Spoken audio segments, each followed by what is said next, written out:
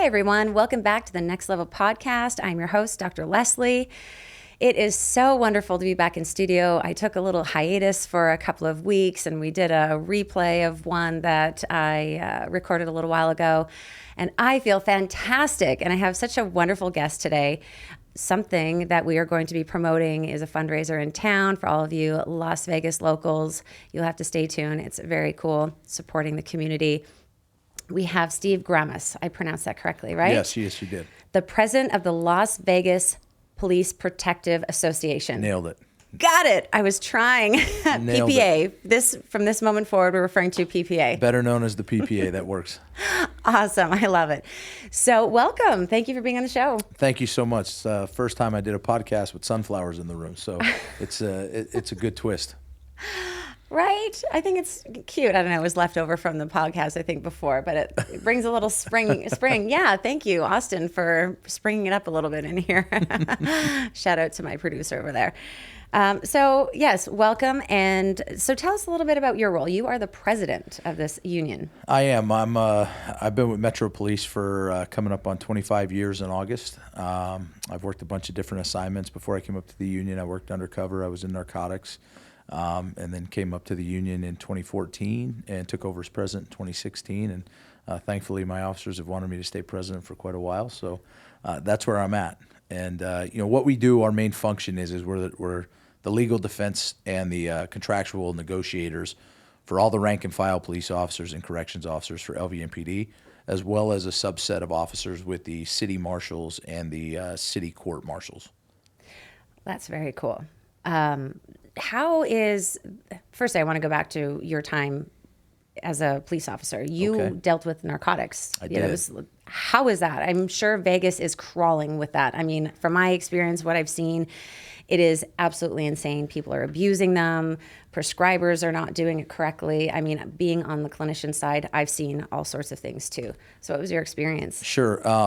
Speaking of, as you said, the clinical side of things, we had a task force that actually kind of focused on some doctors here in town. Mm-hmm. They were just overprescribing with no reason. There was an unfortunate incident with a doctor that 7 a.m, you'd have a line of homeless vets outside of his office, literally about 30, 40 people deep.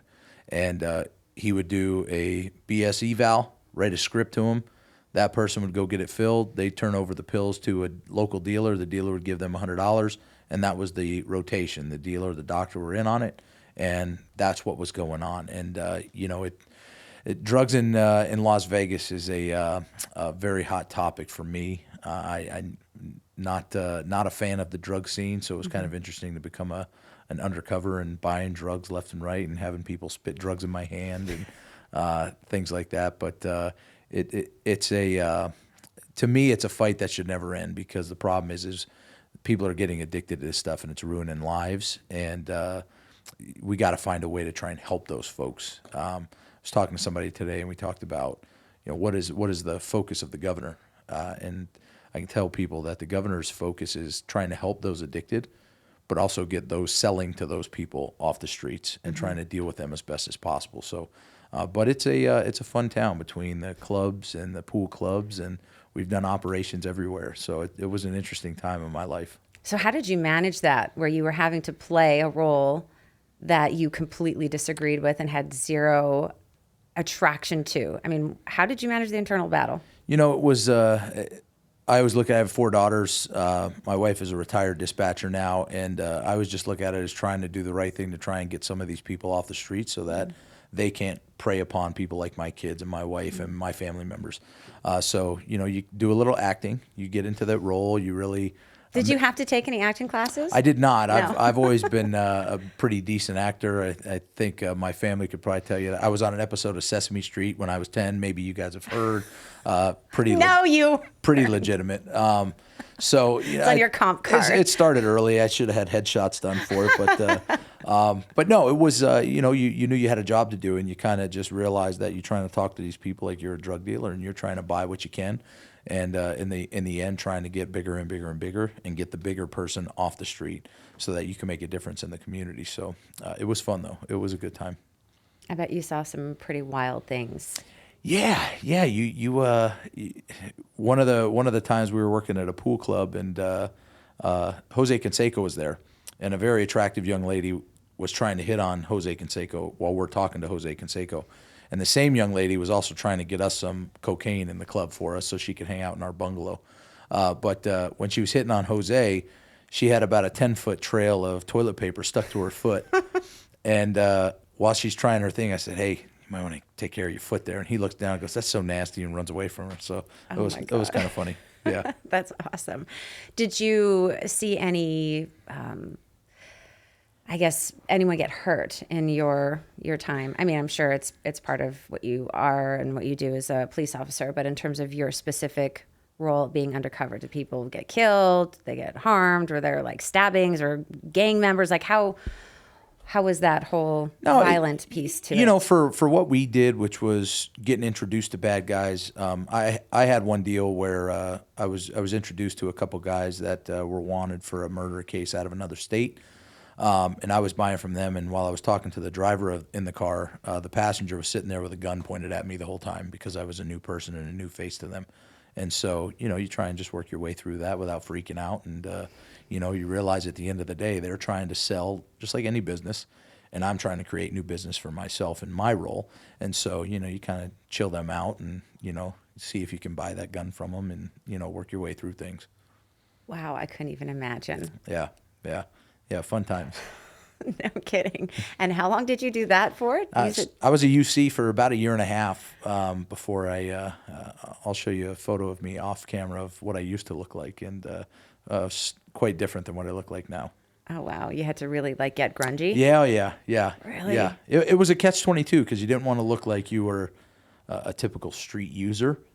Because then who's going to believe I have $10,000 to buy dope from you if I look like a common user? So it was a fine line of not looking like a cop, but also not looking like someone that couldn't afford to buy some decent quantities. So what was your role? Like, who were you? What was your persona? I told people that my girlfriend worked in the clubs, and I needed to buy. She would kick down to all of her waitress friends, cocktail strippers, and things like that, and that's how we would make our money back. And so that was my shtick for most of the people, which was very believable in this city. Did anyone ever ask what your job was, or like cross-check where you worked?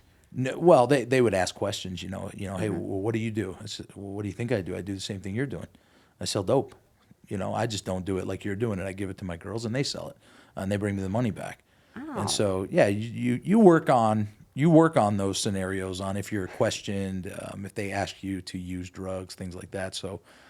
Did you ever get pressured into using drugs, like on the spot? Yeah. Oh yeah. Yeah. So you tested them all, made sure you had the right stuff. No. You like I said, without revealing any of our secrets, you work your way through. Dang, wanted to get those secrets. You work your way through. I can tell you, I've never done a drug in my life. Me too. I'm right there with you. Yeah. But you learn how to walk yourself through that scenario and trying to appeal to that person about why I'm not going to do it or why I can't do it. And so you work on those things in advance so when it pops up, you're ready for it. Really? And they believed you? Oh, yeah. So what would you say? I can't tell you that. Oh, you can't? Yeah, no, because I don't want one of my guys sitting in a car, you know, tomorrow using the same line. They're like, hey, I listened to Dr. Leslie, and I heard that guy say what you just said. That's true. One dear friend of mine, he's retired now. He was a UC, and he actually had a guy tell him to take off his clothes for a deal. It was a high-level deal. And like to look for wires or something? Or yeah, what? yeah. And so he did, and his gun fell out. And so the bad guy pulls his gun on him, and he's like, what are you doing with a gun? He says, the same thing you're doing with a gun. Protecting myself in case I get robbed. Nice. And the guy goes, oh, good point. And they finished the deal, you know? Wow. Yeah. So like I said, it's not a game. Yeah. It's all a game of chess. My brother worked in narcotics with us, my older brother, and he actually, at the end of his career, worked for me at the union. And he didn't have the gift of gab to be a UC.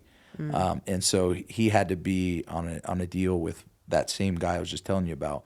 And he was just in the back seat, kind of like as a watcher, a lookout type of guy. And so the guy comes in the car, and the guy goes to shake his hand. And the story is that as he goes to shake his hand, my brother does this. So then the guy does that, and he does this. And they keep going back and forth. And so the UC goes, listen, pay no attention to my special friend. He doesn't know what the hell's wrong with him. Yeah. That was his UC experience. That was it. My special friend. Yeah, he used another word, but it was the special is what I'll give you today.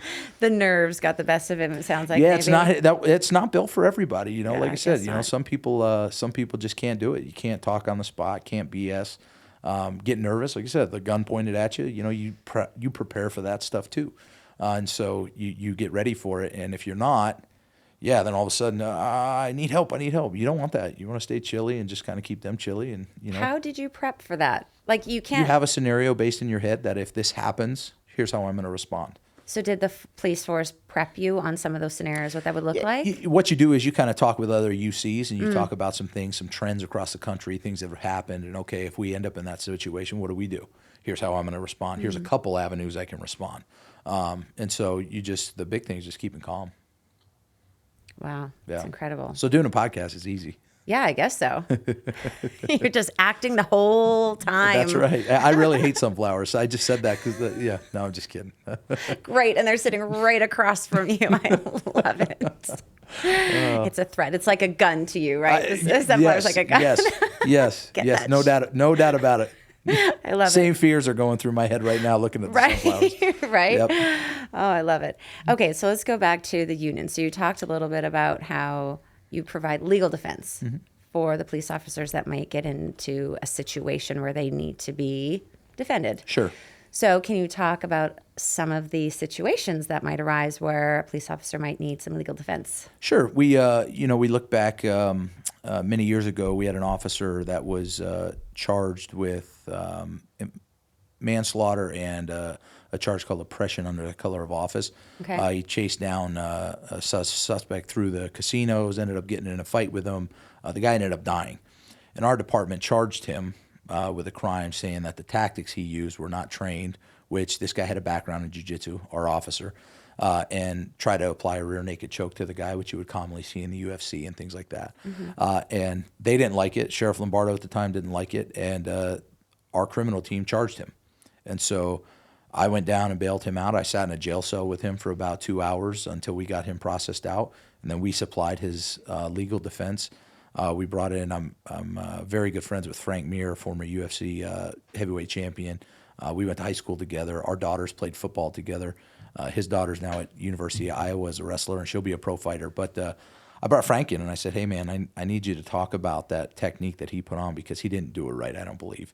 And he did. Frank came in, and he said, yeah, no, in my expertise, he testified to the grand jury. We don't know what his testimony is because it's secret, of course. But those are the things that we did. We went and hired 2 specialist medical examiners out of San Diego to show that this subject didn't die from a chokehold. He died from an enlarged heart. He had a very long history of drug usage, and his heart blew up.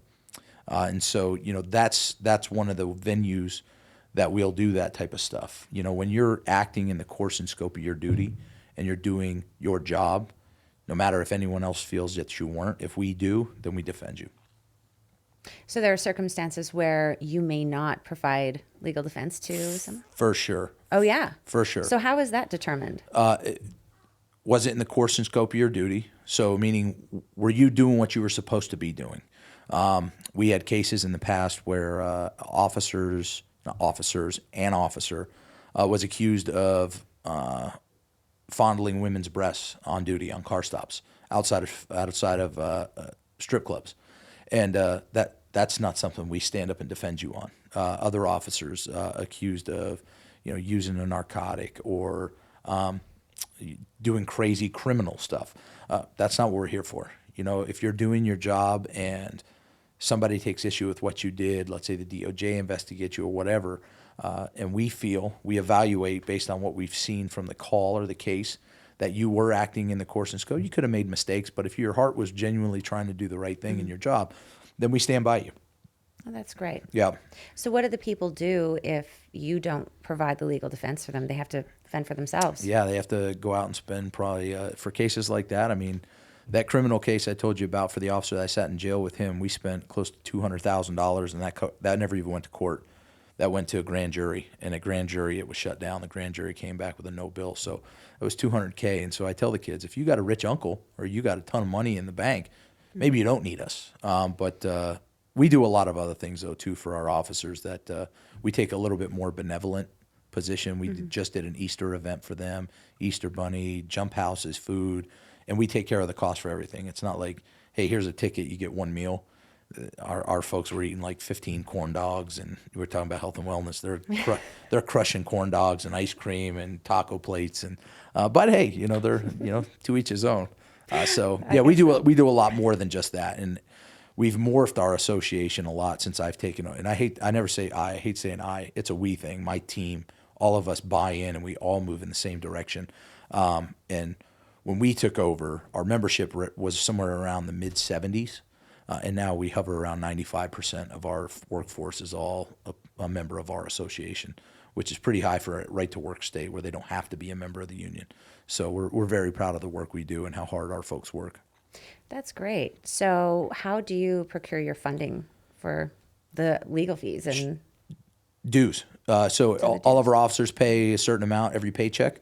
And of course, we invest the money with an investment firm and things like that. But over time, we've built up a big war chest of money so that we can do things like there was a time, and Governor knows him and I are friends, but there was a time him and I were not so friendly. And I went out and purchased 17 billboards along I-15, and I was going to make some statements about our sheriff at the time and our police department, how they were treating our officers. You rebel. Yeah, I'm it. I'm a little nuts up here, and so's the team that works with me, and that's what a lot of people know about us is that we're a little crazy. But so things like that give us that ability to do things like that, and so we always hope we don't have to do it, but we know we have the ability to do it if we need to. Mm-hmm. Yeah. And all the powers that be know that as well. Yeah, there's even the Senate Majority Leader in the state legislature knows that we'll go to any end to go after those folks that don't support our first responders and aren't helping our community and are looking out for themselves or some special interest group. It's just not right. So we're the ones that'll stand up for people. I like how you called them out without calling them out. Yeah. You were anonymous there. You know who you are. Oh, yeah. Yes. They do know. That's awesome. And so were the billboards part of your contract negotiation, or that was just a separate, you wanting to make a stand and make a point of leverage and power? It was you were just flexing. It was a hey, careful. I know, geez. The guns, right? It was a the team getting together and talking about, hey, what do we think we can do? And so we had the crazy idea to say, well, they'll give us billboards all along the freeway. We'll pay for them. We could put up whatever we want as long as it's not vulgar, obscene, and that. And it wasn't going to be, but it was going to let folks know how we felt that the executive branch of our department felt about their officers. And it got back to the higher ups that, hey, man, did you really buy 17 billboards? I said, absolutely. And I still have them. Still have them to this day. So but it's good. It's part of the membership, hey, when they want us to go do things to represent them, we go do it. So that's fantastic. So can you disclose a little bit about what the issue was, even if it's in general, what you felt like your force was not being treated fairly? In what way? Like I said, like a little piece? The governor and I are very good friends. I got a private tour of the governor's mansion about a month ago, and Joe's doing a great job as our governor. I'm so thankful every day that he won and that Steve Sisolak did not, because there was a lot of harm coming our way for police work from the legislature that would have been signed by him, by Sisolak. And now that Joe's there, we know it's not going to be. But we had a difference of opinions on what management felt they could do with the contract and what they needed to include in the contract that had been there forever. And they thought they would try and strip it out of there. And make us fight that fight. And so that kind of prompted us to take action in that vein, and then they shifted course fairly quickly. Okay, that was very, very vague. Yeah, that's his. All right. If I didn't like Joe so much and the folks there, then I might have gone into greater detail, but he's a good man and very proud of the work he's doing for us in our state. So. Okay, fine. I'll let that one slide. Tell me a little bit about the contract negotiations. So before we hopped on the video, you were talking a little bit about the different branches and how you negotiate. Like, there's a lot of people that you have to talk to represent your members. Yeah. So whenever we go into a contract, we are going against the agency, the county, and the city of Las Vegas. So the city and the county fund a portion of our contract or of our budget.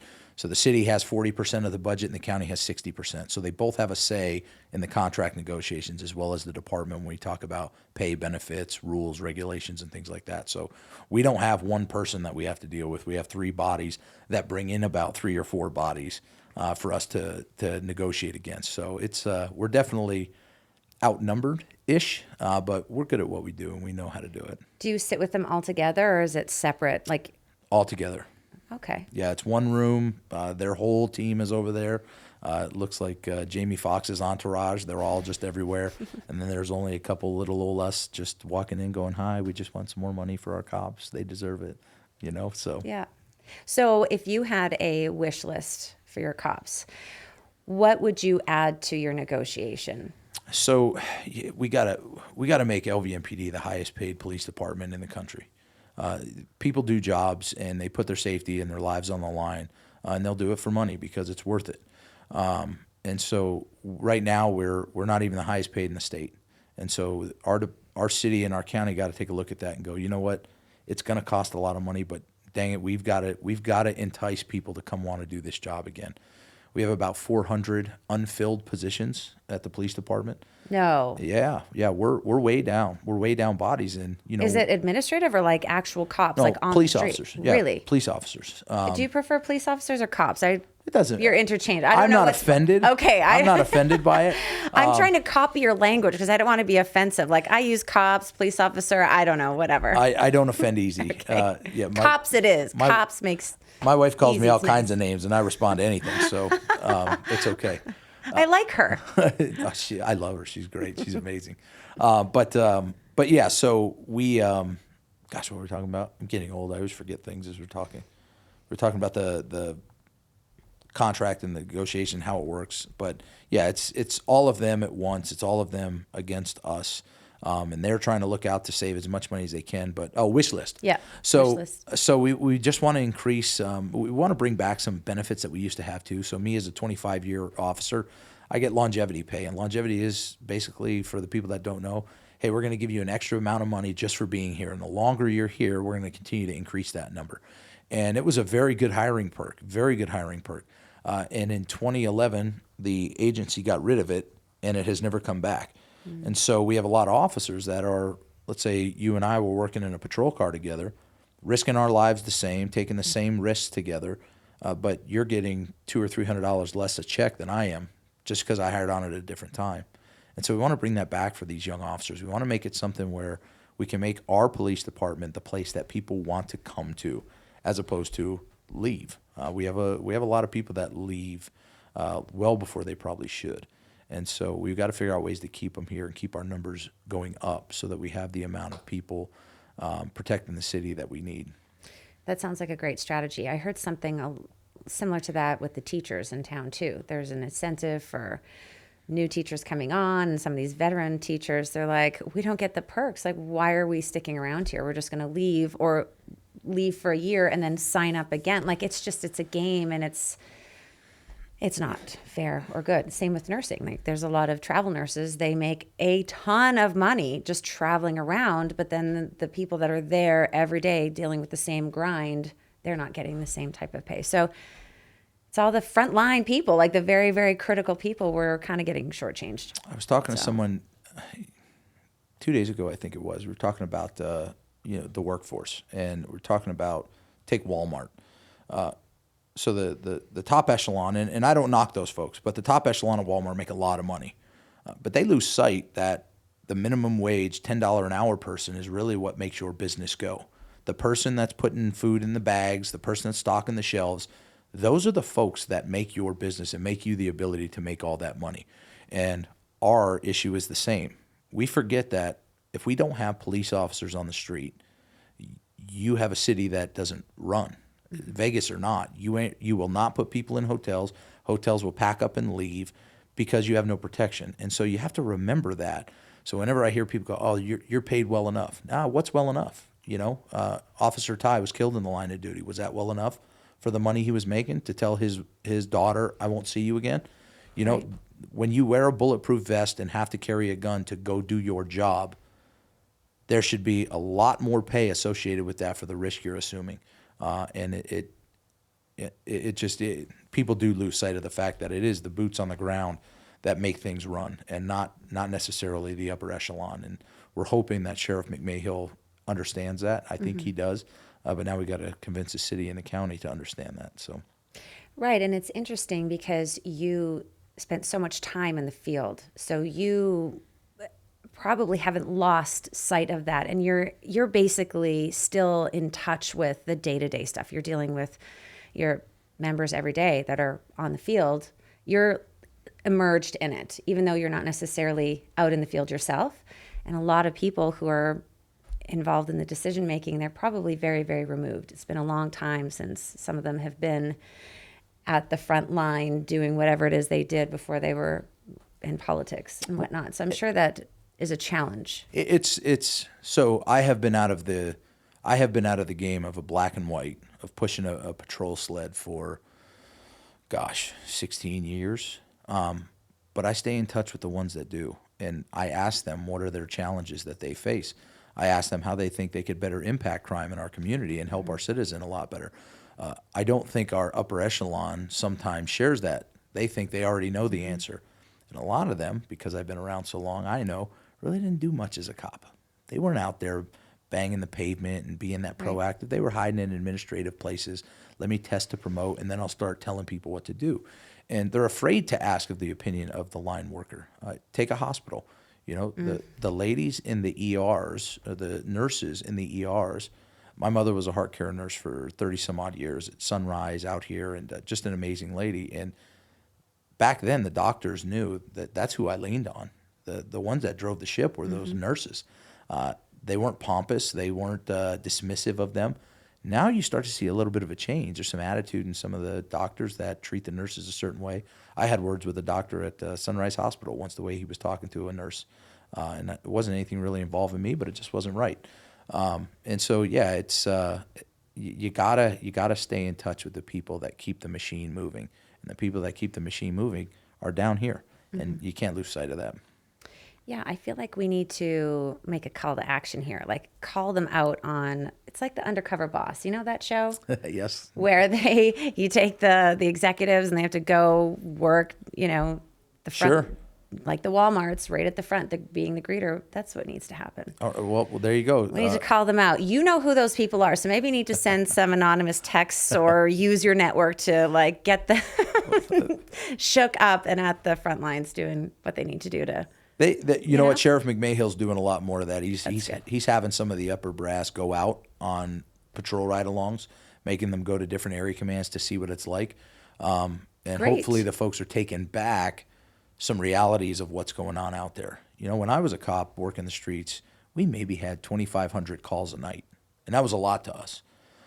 Now they're having 7,000 calls a night. They don't get a chance to take a lunch break a lot of times. They don't get to leave early. They don't come in late. It is a grind for 10 hours a day.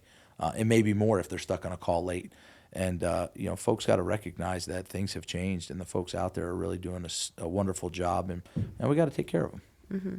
So how is the powers that be supporting the families and providing additional service if something happens to a police officer?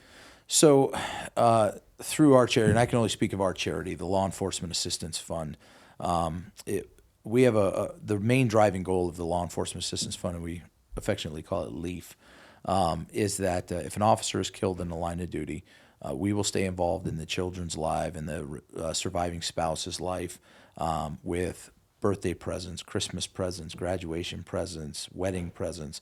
But the big thing is if they want to go to college, we pay for it. We pay for room, board, food, tuition, books. They don't spend a dime. All they do is send us what they spent, and we pay the difference. Or not the difference, we pay the whole thing.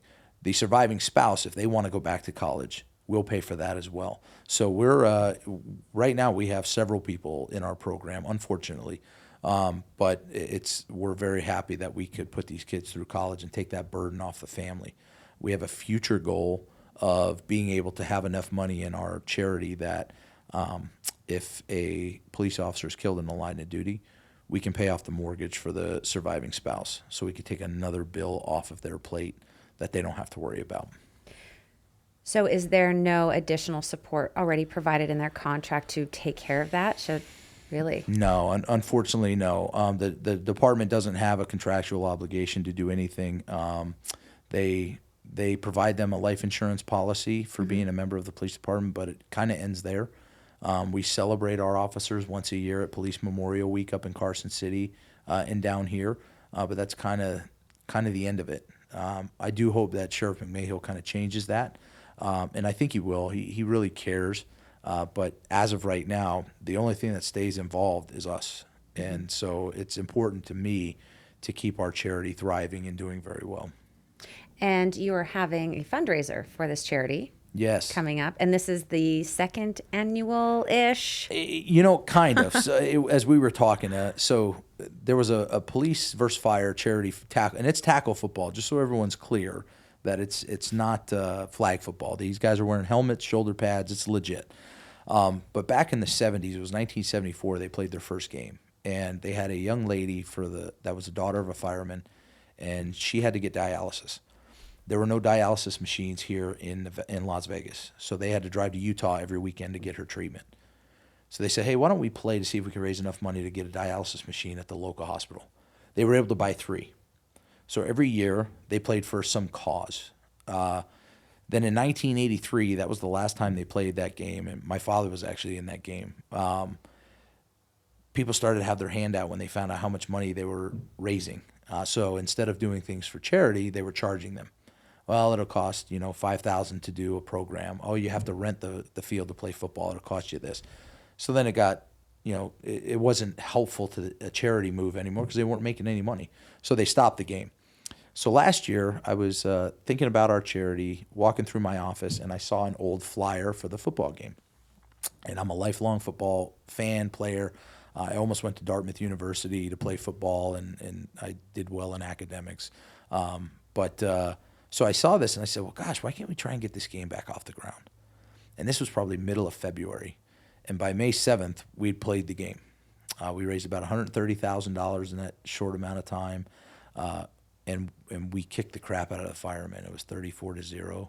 It was so great. Everyone thinks the firemen are in shape and they're athletes, and no, we could have beat them worse. But oh my God, you are totally shitting on them. Yeah. I love it. Yeah, there's like a little rivalry. The fire. But they're all members. Like you have fire. Yeah, the fire department has their unions and that, but they beat us in baseball. They beat us in hockey. I think they beat us in calendar sales. They beat us in everything. Calendar sales. Boot drives. Classic. We don't stand out with boots and that. But so it was nice to put a little spanking on them in the football game. So our folks, our side was very happy, very proud, and we're hoping to do the same this year. That's awesome. I love it, a little spanking. So it's May 6th. Yes. It's at Bishop Gorman. Yes. And we can find the details tomorrow. Hopefully the website will be up and you can get the tickets. Yes. LVPPA.com. The front banner should be a link to click on for the football game. If not, you can call up to the office at 702-384-8692, and they can get you the information on where to go from there. But it's going to be a great event. There's a lot of people involved in this: VGK, the Raiders, UFC, Station Casinos, PT's Gaming. Like every bigwig is involved in helping us out. And so we're super blessed to have the support for our first responders that we've gotten. And because the planning is so daunting, I'll just be happy when the game is over. Yeah, I'm sure. And you have some pretty cool guests that are going to be there, potentially. Yeah. Partly confirmed. Can you say any of them? You told me before, and I want to say them all. No, because what happens is I say it, and then they're like, "Hey, I bought a ticket. Where is?" And I go, "Yeah." It couldn't make it, Well, I'm going to just say, not the names, but there are some pretty awesome people that are going to be showing up. So you guys cannot miss this. And there are general admission and VIP tickets. Is that right? Correct. Yes.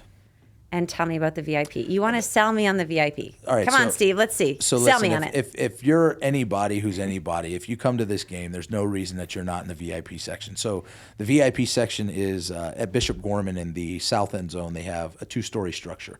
the lower half is their weight room for the football team only. The upper half is basically a giant banquet type area that overlooks the football field with a balcony out there. In there, we're going to have Charles Woodson's going to have his whiskey's going to be in there. We're going to have a full bar. We're hoping on catering from one of our local restaurants. It's going to take care of the catering. We're going to hopefully have the Raider cheerleaders, some of those celebrities types and former NFL folks that we had talked about being there. And so the whole vibe in there is just going to be kind of top notch, especially for a little football game like the police versus fire. We're going to do a free raffle. You don't have to buy tickets. If you buy a ticket to the VIP, you're going to be given a raffle ticket. We have a signed Josh Jacobs jersey. Thank you to the Raiders. We have a signed VGK jersey. Our game is actually sponsored too. Our naming sponsor is George Maloof and Drink Aid. He got us a game signed jersey. We've got a basketball from Coach Kruger, a football from new Coach Odom. And I think there's a business that wants to give away a case or a box of cigars. No extra charge, just for being in the VIP. And then you can watch the game from the balcony, right outside the south end zone, looking over the field goal post. If we're going that way, there's going to be a ton of scoring. If the firemen are going that way, you're not going to see much. So they're going to be at the other end of the field because they won't move very much. And then after the game, we're hoping to keep it open, too, for another couple hours and enjoy ourselves up there and have a really good time. So Bishop Gorman has been amazing. Shout out to my supporter. He knows who he is for getting us in there and getting the red carpet rolled out for whatever we need. So it's going to be very, very fun. Important question. Are you playing? Goodness gracious. So, no, I'm too old. People ask me that all the time. And last year, they said, Steve, are you playing? I said, no, because I want to win. And so all my guys are younger.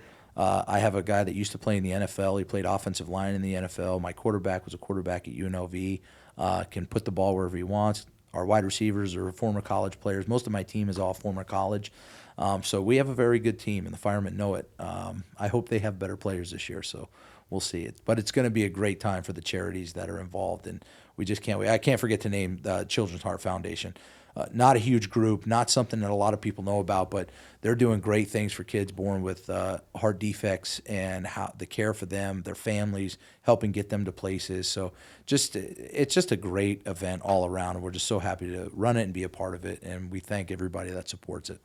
That's great. That sounds like a fun time. I will be there. I love it. For sure. I love it. VIP all the way. Sold one. We just sold one, Adela. I sold one ticket. It's a pre-sale. Yeah, the tickets aren't even sold, and I'm scooping one up.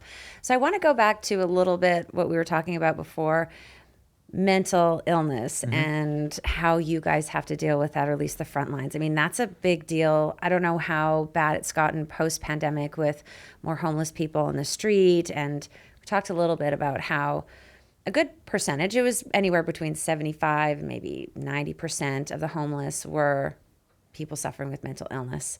It might be a little bit skewed now just because, with the pandemic, more people just lost their homes for unforeseen circumstances and just the pandemic. We all know there's no explanation needed.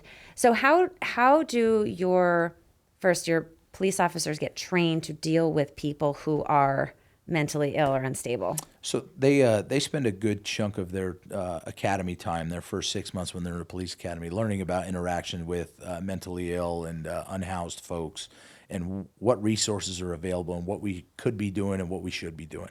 There was a big push, we know, when the George Floyd incident happened, of people talking about defund the police. And I really think that people were misguided on what they were saying in a way. We can use the help out there. We can use mental health counselors and people that can get resources to these folks that are unfortunately mentally ill. Mental illness affects a lot of people, whether you see it or not. My own department probably thinks I'm mentally ill, and they might be half right. We need an evaluation. Yeah. Calling for an evaluation. But it's real, and we don't like arresting our way out of it because that doesn't do any good. The jail holds them for X amount of time, then they kick them out, but then this poor person still needs some help. So when they were talking defund the police, we kept yelling overfund the police. I want to make sure if you, the mental health person, is going to go talk to this potentially mentally ill person, well, the first thing we got to make sure is that you're safe. When they were talking about, well, hey, if there's a mentally ill person, let's send a counselor. That's not going to work because, one, that person is not in their right mind. And if we acknowledge that and we know that, there's a potential for violence to happen, and you're not equipped to deal with that. So the police go, and we make sure the scene is safe. We do everything, our conversations with them, making sure that we can get them to a safe place in their mind to now have a good conversation with you, or go get help with you, or go get the resources needed. So to me, it was always necessary to be an overinvestment in law enforcement, and then consider the mental health part of law enforcement. We're enforcing different laws. Not all the laws have to be a criminal nature. Like, some of the laws can just be some of the things that we are charged with as human beings to help others. And we want to do that type of stuff. And so, we're totally open for more help, especially in those cases with, even people dealing with, drug addiction. However they came upon it, they're there. And so, is putting them in jail do anything? No. Heck, unfortunately, there's probably more dope in jail than there is out on the streets accessible to them, because people sneak dope in. You got to treat it. You got to really give it a shot to give them a chance at a good life. And I think with wherever you fall on politics, and we send $60 billion to another country, when we got people with mental illness, homeless vets that are out here on our own roads that we're just pushing aside. There's young ladies and their mothers in group homes because they have nowhere to live, and we just push them aside. But let's send $60 billion to someone else. I'm all about being humanitarian, helping other countries when we can, but we got problems here that we've got to deal with, and it takes money. And we got to have that money to go out there and impact those lives. And so, for us in law enforcement, we would love to help. We want to help those people and get them on a right path to being as normal as possible. I love that you said you're integrating, or you would want to integrate, basically like a whole mental health division within your force. I mean, because there really seems like there's those branches. I mean, you have the healthy minds and you have the non-healthy minds, and then you have, there's people who make mistakes, or they have their, I would call them the more minor law breaking, like on the roads, they're speeding or whatever. They're not like criminal people. They sped for whatever reason. You have the gang people and like the hardcore, that whole subsection of humanity. And then you have the people that are not in their right mind. So I'm sure there's some support systems in place, or a whole sort of division dedicated to the gangs and that sort of, handling Sure, that. absolutely. But is there nothing for people who have mental illness? Like, are there any healthcare professionals within your, or mental health services within your division at this time? So we've started a few years ago. I want to say it's the HOT team, and they call it the homeless outreach team. Okay. Trying to go out and help the unhoused folks with figuring out some resources and things like that. But not everybody that's mentally ill is homeless. And so, it's in family dynamics. It's at work. Let's look at unfortunately, the recent shooting at the bank. That person just got notified that they were going to be fired, and he came back and opened fire on everyone. There's something wrong there, right? So it's not just a homeless thing. It's not a drug addict thing.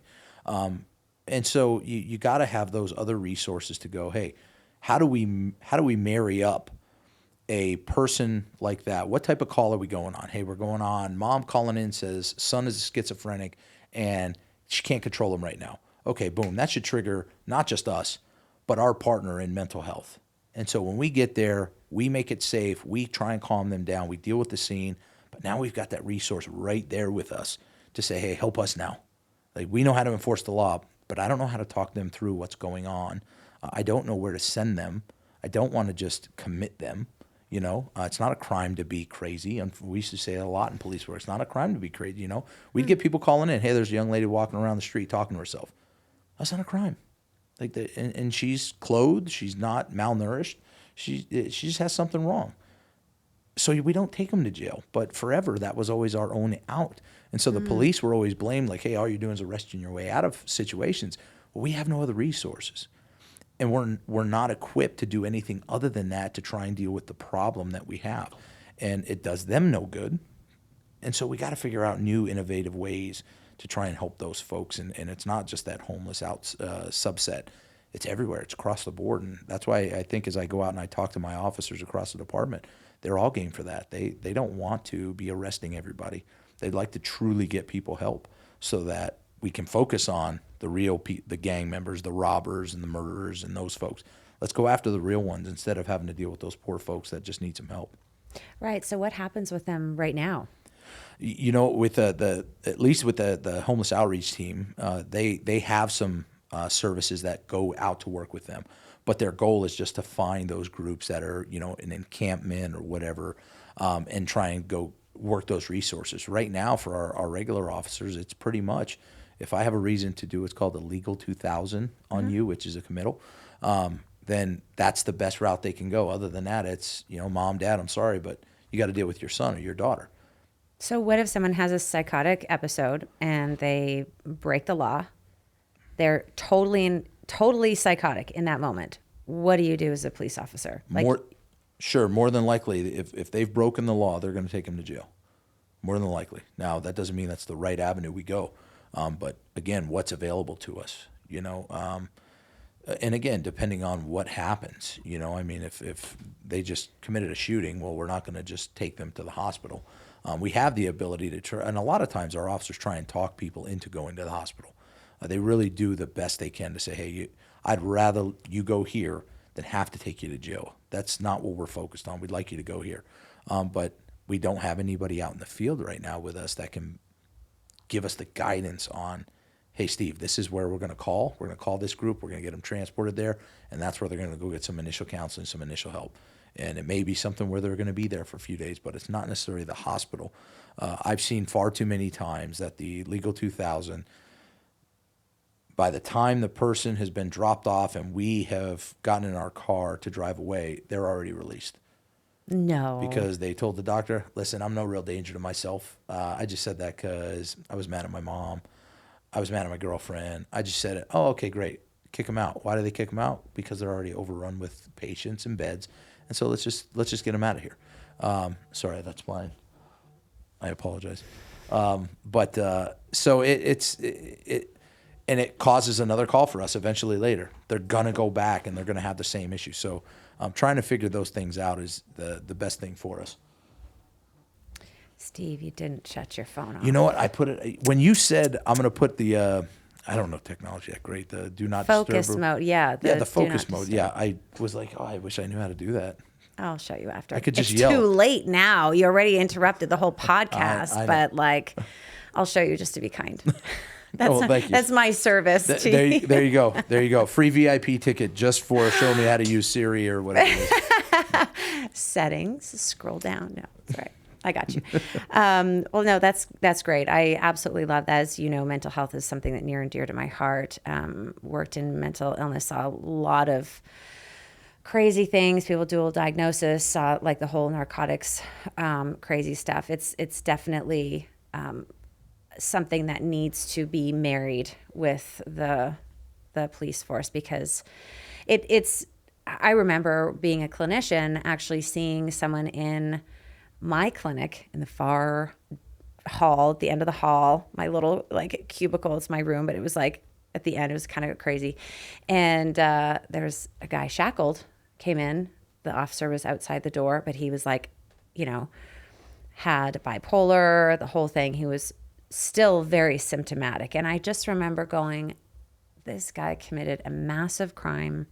He went in, and I could only imagine how he was affecting all of the other people in jail with him because he was not present at all, having psychotic episodes, like, you know, saw blood dripping on the wall behind me, you know, splitting person. Like, it was insane. And I'm just like, this is broken.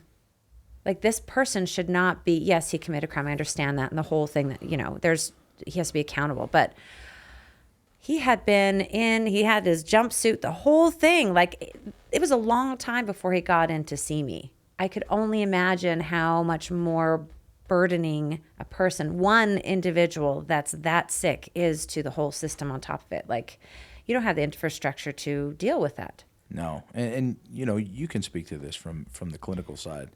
Mental illness is like cancer. The earlier we can catch it, the better it is to help it. And so you take the person you're talking about. Well, how long's he been that way? and who missed steps along the way to try and say, hey, maybe he never gets to where he's in shackles and he's committing all these crimes. How do we recognize, I'm sure when I was young, and my father, people would just, he's just acting out. Well, now we've kind of learned a little more that, well, no, it's not acting out, is it? Like, I gotta be a little more open-minded. Maybe there's something really wrong here. And so let's go the route of trying to see if there is and give it a shot, because if we can catch it early enough, you can diagnose it early enough, maybe you can help it. And because the person's also, and you could speak to this better than I'm no doctor. I played one on TV, but that was it. And shout out again to Sesame Street. I was a doctor on the show. When you can get a hold of somebody early on and start working them through recognizing what they're going through, because like you said, they see blood on the walls. There's blood on the walls. It's not fictitious. It's there. Mm-hmm. But to get them, I love the movie A Beautiful Mind. You seen? Yes. Okay. How finally he recognizes, they never went away. They're there, but I now know they're not there. I'm never not going to see them, but I'm not going to pay them any attention. Right. And that type of stuff needs to happen far more. Help them recognize what they're seeing. Help them recognize what they're doing, the obsessive compulsive disorders and those ideologies of doing crazy things. Help people understand that it's not going to go away. You just need to recognize that when it comes, how do I deal with it? And it's not real. And we see that in law enforcement, and it could help us out immensely if we could try and help people out early on. Yeah, I totally support you on that. Anything I could do to help. I mean, this is, I feel some inspiration coming to be of support in making this happen in some way, because it's definitely, I've seen it on the medical and the clinical side. Now I'm hearing it from your side. There needs to be a bridging. Absolutely. So it's great. We came up with some solutions today. There you go. I love it. We need to use some of your billboards maybe. Yes. Well, for the next month, they're going to be running the football ad. But after that, they're all yours. That sounds good. Awesome. Well, I think we covered a lot today. Yes. This is fantastic. So all of you go to the website, which is lvppa.com. Tomorrow, possibly, or call the number 702-384-8692. Get your VIP tickets, see some celebrities and some former NFL players, and watch the firefighters get their butts kicked. And hang out with Leslie in the VIP. That's the ultimate ticket right there. Oh, you're too kind. All right. Thank you for joining us today. Until next time.